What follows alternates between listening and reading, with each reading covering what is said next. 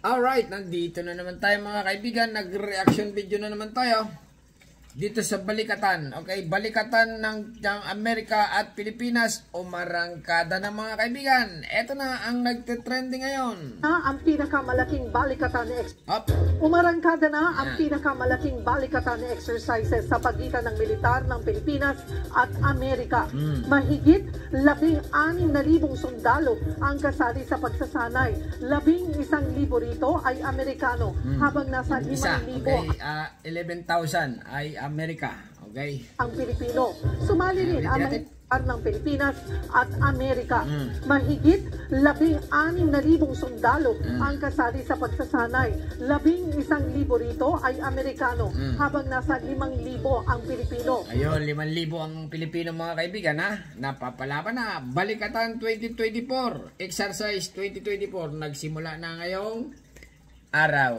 Okay? Sumali rin ang mahigit 100 sundalo mula sa Australian Defence Force. Kasama ang Australia. Wow!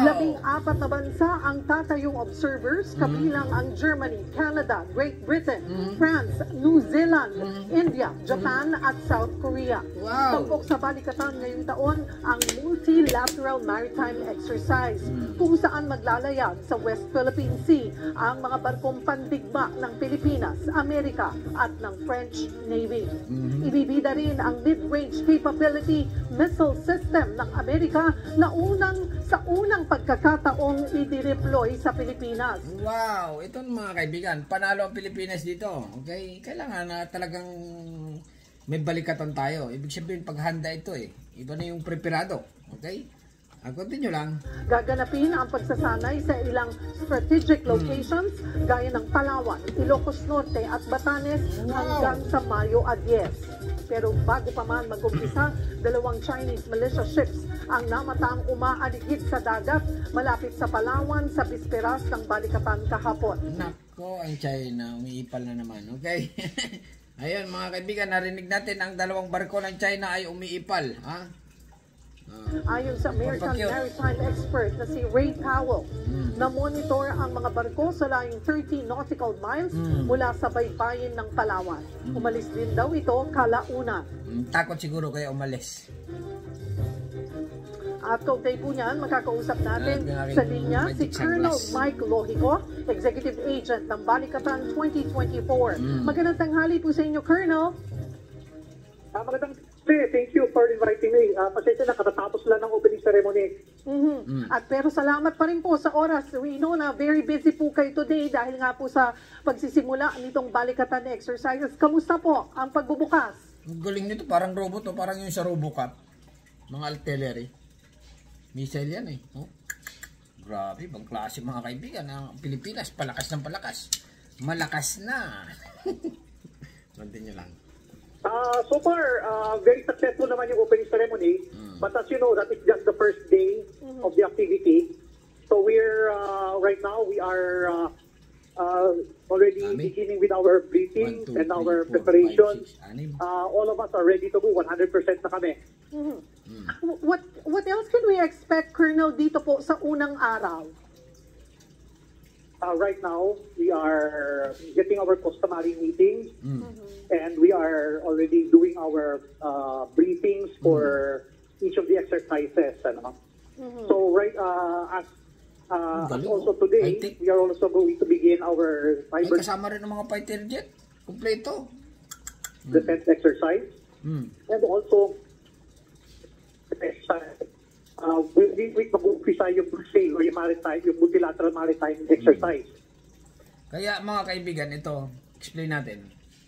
Kaya 5,000 lang yung yung Pilipino at 11,000 yung 11,000 yung Amerikano. Okay? Kasi nga yung mga Pilipino na iba, reserve yun eh. Okay? Standby lang muna. Kaya sila lang muna. Okay? Continue lang. Sir, pasensya na po, Colonel. Medyo putol-putol po kayo. Pwede po bang pihit ng kaunti? Pasensya lang. I'm moving kasi, kaya medyo mahirap ang salita eh. Alright. Okay. So, ngayong araw po ay more on the briefing muna po. Kailan magsisimula yung mga exercises po? Start. Well, within this week, mag-uumpisa na yung multilateral maritime exercise. Nako, ibig sabihin, baka ang China nito nakahanda na rin. This week. Next week pa pala. So, mamaya mag-meeting uli kami. Ibig sabihin, pinipisto lang muna ang mga kaibigan ngayon yung mga gagamitin. Briefing muna. Meeting pag may time. Okay, continue. So, we will initiate movement within this week. Ano pong ini-expect, Colonel, na scenario? Ano po ang war game scenario na maaasahan natin? Anong paghahanda po ang mangyayari? Well, the theme of the exercise is on external defense. So lahat ng mga activities natin dito is intended to operationalize the comprehensive archipelagic defense concept. Pang defense mga kaibigan ha. Ibig sabihin pang-defense. Okay.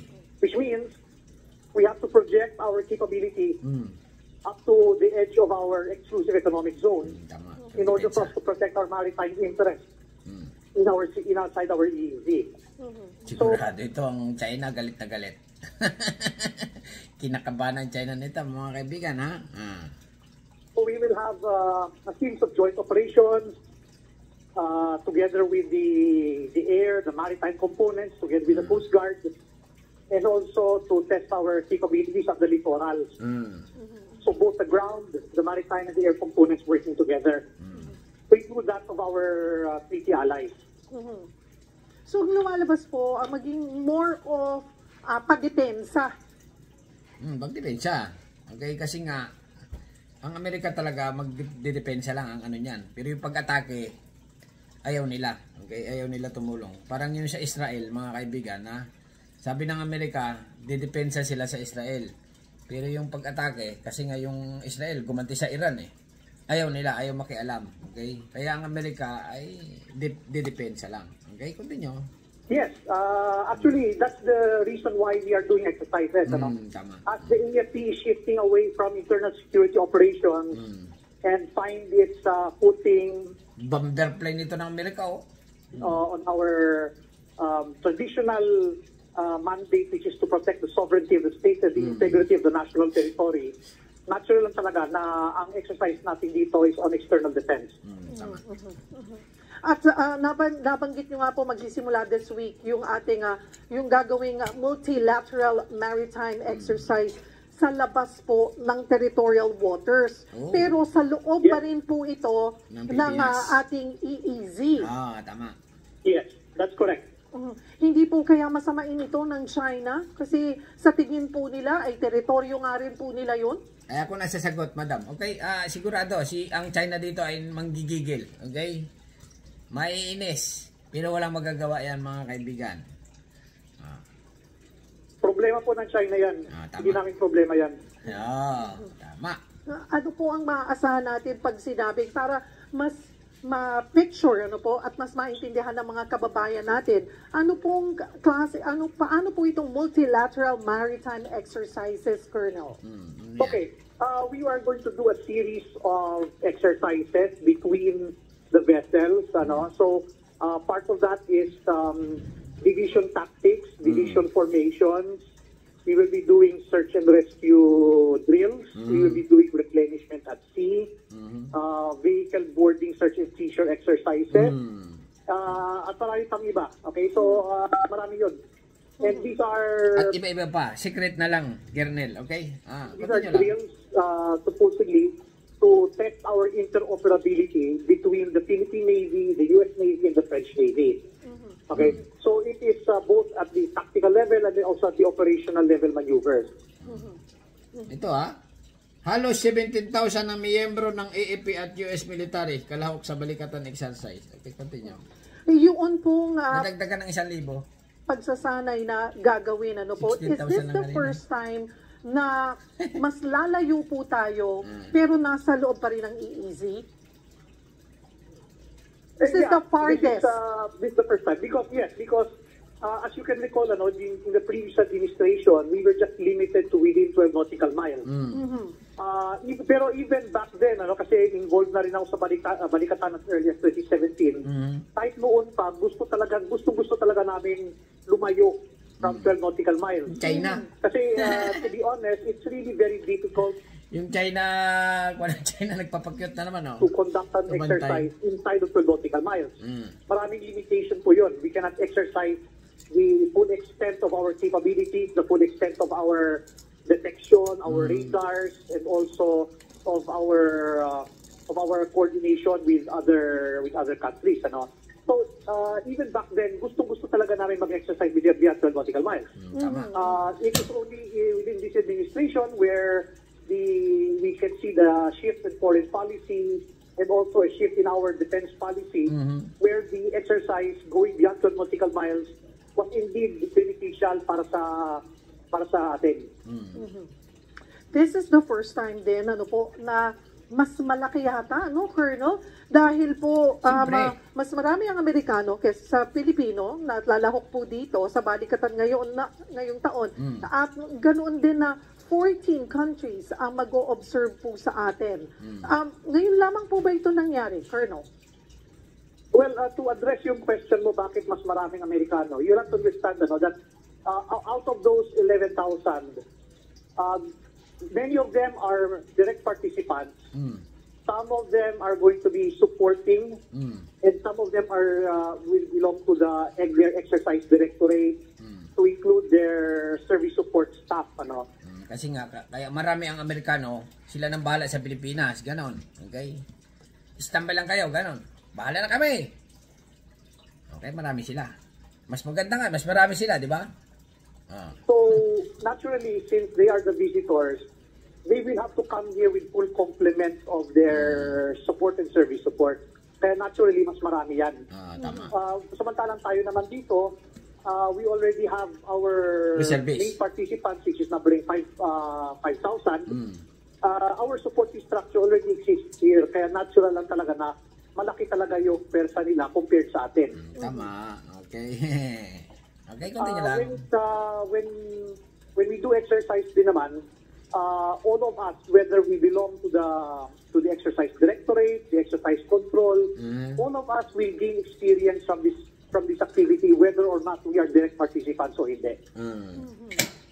Tapos po, yung 14 na bansa po na observers, paano po ba magiging system nun? Kasama din sila, mangilan-ilan, na may mga ilan po sa bawat bansa na mag-o-observe po habang isinasagawa po itong mga exercises na ito. Tama po ba, Colonel, Yes. pagkakaintindi namin? Siyempre kasama rin doon sa barko. Nag-observe sila. Yes. Mga military din yun. The observers will observe. That is the activity that they kasi observer nga sila. Nanonood sila, okay? So they are the objective is since these are senior officers, they can go back to their countries and advance our strategic messaging. First time din po ang nag-deploy ng mid-range capability missile system ng Amerika sa ating bansa. Ano po ang kaibahan nito sa mga naunang ginagamit po sa balikatan, Colonel? Yung mid-range, malayo na. Okay? Yung una, maano pa lang, malapit. Ngayon, pang malayuan na. Well, the MRC is a prototype. It Yan ang is paliwanag ko. basically an SM-6 missile system that is currently being used by the U.S. Navy for their destroyers. But the U.S. Army found a way to make it a ground-based weapon system. If that makes any sense, so this entire deploying of the MRC is actually a logistics exercise to test the feasibility of transporting the MRC by air and landing it and deploying it to a secure location. So we are testing na yung feasibility of actually doing this. Ito po ba yung dinala sa Cagayan, Colonel? Na bagong Typhoon missile system ng Amerika? Sa Cagayan, ang daming Chinese ngayon. Mga estudyante. I can tell you, Papakyut doon. it is not deployed in Taiwan, in Cagayan. It's not Excuse me. deployed in Cagayan. Cagayan. Yun lang masabi ko. Wala po siya Cagayan. Pero ito po ba'y maiiwan dito sa ating bansa? Well, you can ask me that same question again after the exercise. Secret yan, madam. Okay, ayan ang mga kaibigan na. Ito na nga, ang nagtitrending ngayon, ang balikatan exercise ng Amerika, Pilipinas, kasama rin pala ang Australia, ha? ay umpisa na, umarangkada na. Okay, hanggang dito na lang mga kaibigan. Anong masasabi nyo? Kayo nang bahala. Para sa akin, ay nagpapasalamat ako sa ganyang balikatan. Okay? Iba na yung preparado kaysa sa hindi. Di ba? Okay. Alright. Subscribe my channel. Don't forget, comment. Bye-bye. Thank you.